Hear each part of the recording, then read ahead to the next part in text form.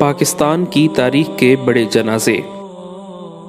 امام احمد بن حنبل رحمۃ اللہ علیہ نے فرمایا تھا کہ ہمارے جنازے ہماری حقانیت کا فیصلہ کریں گے۔ جب ان کا انتقال ہوا تو بغداد میں لاکھوں افراد ان کے جنازے میں شریک ہوئے اور اس جنازے کی شان دیکھ کر ہزاروں غیر مسلموں نے اسلام قبول کر لیا۔ 21 اکتوبر 1929 بروز جمعرات کو میاں والی جیل میں غازی علم الدین کو گستاخ رسول راج پال کو قتل کرنے کے جرم میں پھانسی دے کر شہید کر دیا گیا۔ غازی علم الدین شہید کو پھانسی کے بعد برطانوی حکومت نے ان کی میت بغیر نماز جنازہ جیل کے قبرستان میں دفنا دی، جس پر مسلمانوں نے شدید احتجاج کیا اور علامہ محمد اقبال نے ایک مہم چلائی اور آخرکار 15 دن بعد جب غازی علم الدین شہید کی میت کو قبر سے نکالا گیا تو ان کا جسد خاکی پہلے دن کی طرح تر و تازہ تھا۔ دسمبر کی ایک یخ بستہ صبح کو لاش گاڑی میں لاہور لائی گئی۔ شہید کا جنازہ لاہور کی تاریخ کا سب سے بڑا جنازہ کہلاتا ہے۔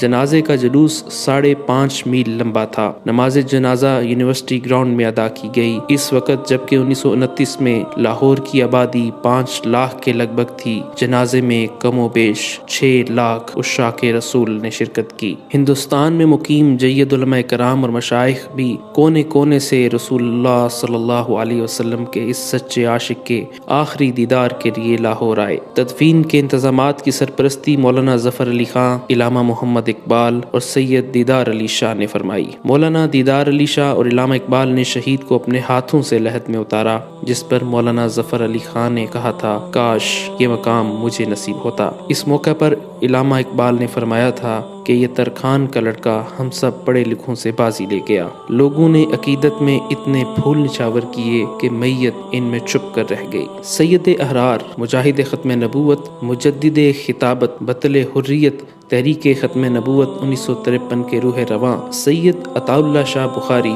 21 اگست 1961 کو ملتان میں انتقال ہوا۔ انہوں نے 50 برس بھرپور قومی اور ملی خدمات میں گزارے۔ ان کے جنازے میں تقریباً 2 لاکھ افراد شریک ہوئے۔ ان کی نماز جنازہ ان کے فرزند اکبر مولانا سید ابو ذر بخاری نے پڑھائی۔ جنازے کے چاروں طرف 8 بانس لگا دیے گئے کہ ہر شخص کندھا دینے کی سعادت حاصل کرنا چاہتا تھا۔ آہستہ آہستہ تمام سڑکیں، میدان، گلیاں، مکان اور چھتیں لوگوں سے اٹی ہوئی تھیں۔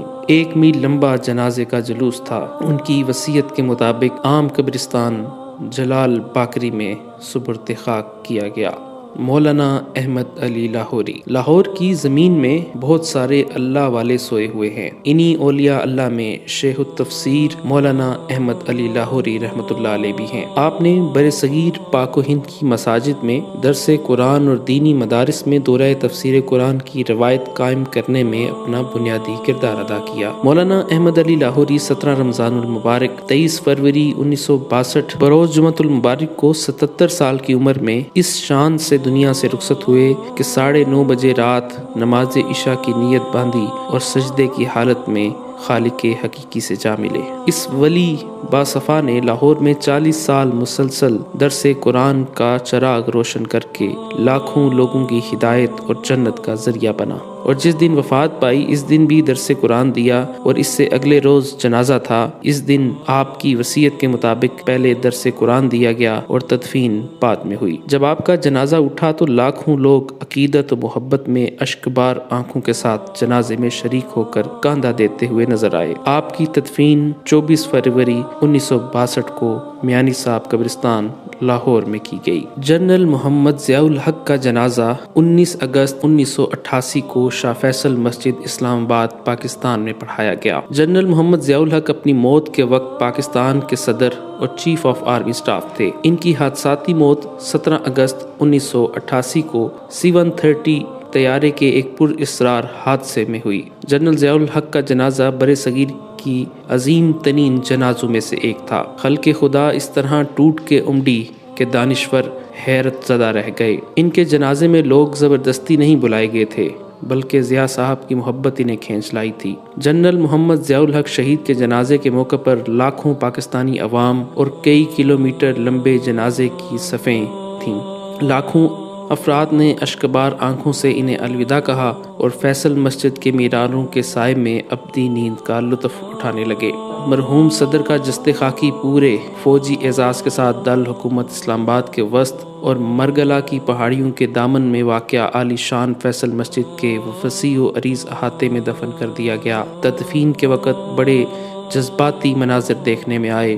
10 لاکھ سے زیادہ سوگواران سسکیاں بھرتے اور آہیں کھینچتے جنرل ضیاء کے تابوت کو اپنی آخری منزل کی طرف جاتا دیکھ رہے تھے۔ لاکھوں پاکستانی اپنی ٹیلی ویژن سکرینوں پر تجہیز و تدفین کے آخری رسومات کو مبہوت تماشائی بنے دیکھ رہے تھے۔ 21 توپوں کی سلامی دی گئی اور جب مرگلا کی پہاڑیاں توپوں کی گولوں کی گونج سے لرز رہی تھیں تو ان لمحات میں ان سپاہیوں نے جنرل ضیاء کے تابوت کو لحد میں اتارا جنہیں کئی برس تک انہیں کمانڈ کرنے کا اعزاز حاصل رہا تھا۔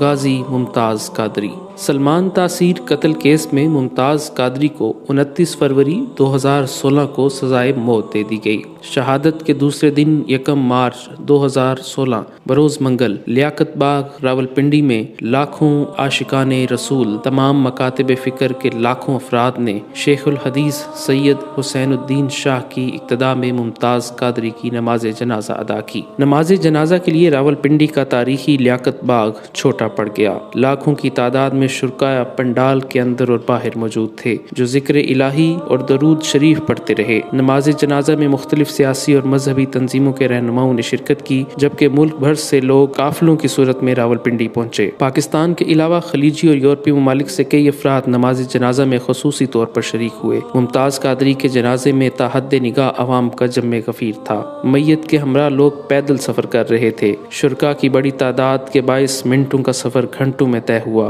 بلا شبہ غازی ممتاز قادری شہید کا جنازہ پاکستان کی تاریخ کا سب سے بڑا اجتماع تھا۔ لیاقت باغ کے ہر اطراف 3 کلومیٹر تک انسانی سر ہی سر دکھائی دے رہے تھے۔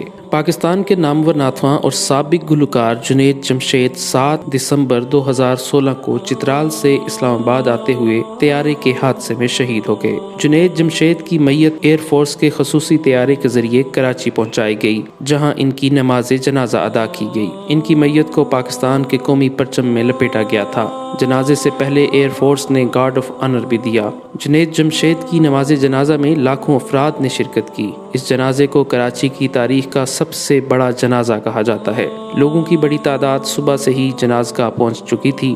AKD گراؤنڈ میں ہر طرف سر ہی سر نظر آ رہے تھے۔ ملک کے معروف مذہبی اور سیاسی شخصیات، تینوں مسلح افواج کے اعلیٰ عہدیداروں، کرکٹروں، کھلاڑیوں اور مختلف پیشوں سے وابستہ افراد، معروف تاجروں اور صنعت کاروں سمیت لاکھوں افراد نے نماز جنازہ میں شرکت کی۔ جنازگاہ میں تل دھرنے کی جگہ نہیں تھی اور گراؤنڈ کی حدود سے باہر بھی جم غفیر موجود تھا۔ اس کے بعد جنید جمشید کے جسد خاکی کو کرنگی انڈسٹریل ایریا میں واقع جامعہ دارالعلوم کراچی میں سپرد خاک کر دیا گیا۔ مولانا عبد الوہاب پاکستان کی تبلیغی جماعت کے تیسرے امیر تھے۔ تبلیغی جماعت کا حصہ بن کر 80 سال دعوت و تبلیغ میں گزارنے والے مولانا عبد الوہاب المعروف حاجی عبد الوہاب نومبر 2018 کو طویل علالت کے بعد 96 برس کی عمر میں خالق حقیقی سے جا ملے۔ لگ بھگ 20 برس سے ویل چیئر پر آئے اور برسوں دمے جیسے موذی مرض سے لڑتے رہنے کے باوجود حاجی عبد الوہاب نے آخری سانس تک شرعی احکامات کی پاسداری کو مقدم رکھا۔ ان کے انتقال کی خبر ملتے ہی پاکستان سمیت دنیا بھر سے لاکھوں لوگ رائیونڈ پہنچنا شروع ہو گئے اور دیکھتے ہی دیکھتے رائیونڈ جہاں ہر سال عالمی تبلیغی اجتماع منعقد کیا جاتا ہے لوگوں سے بھر گیا۔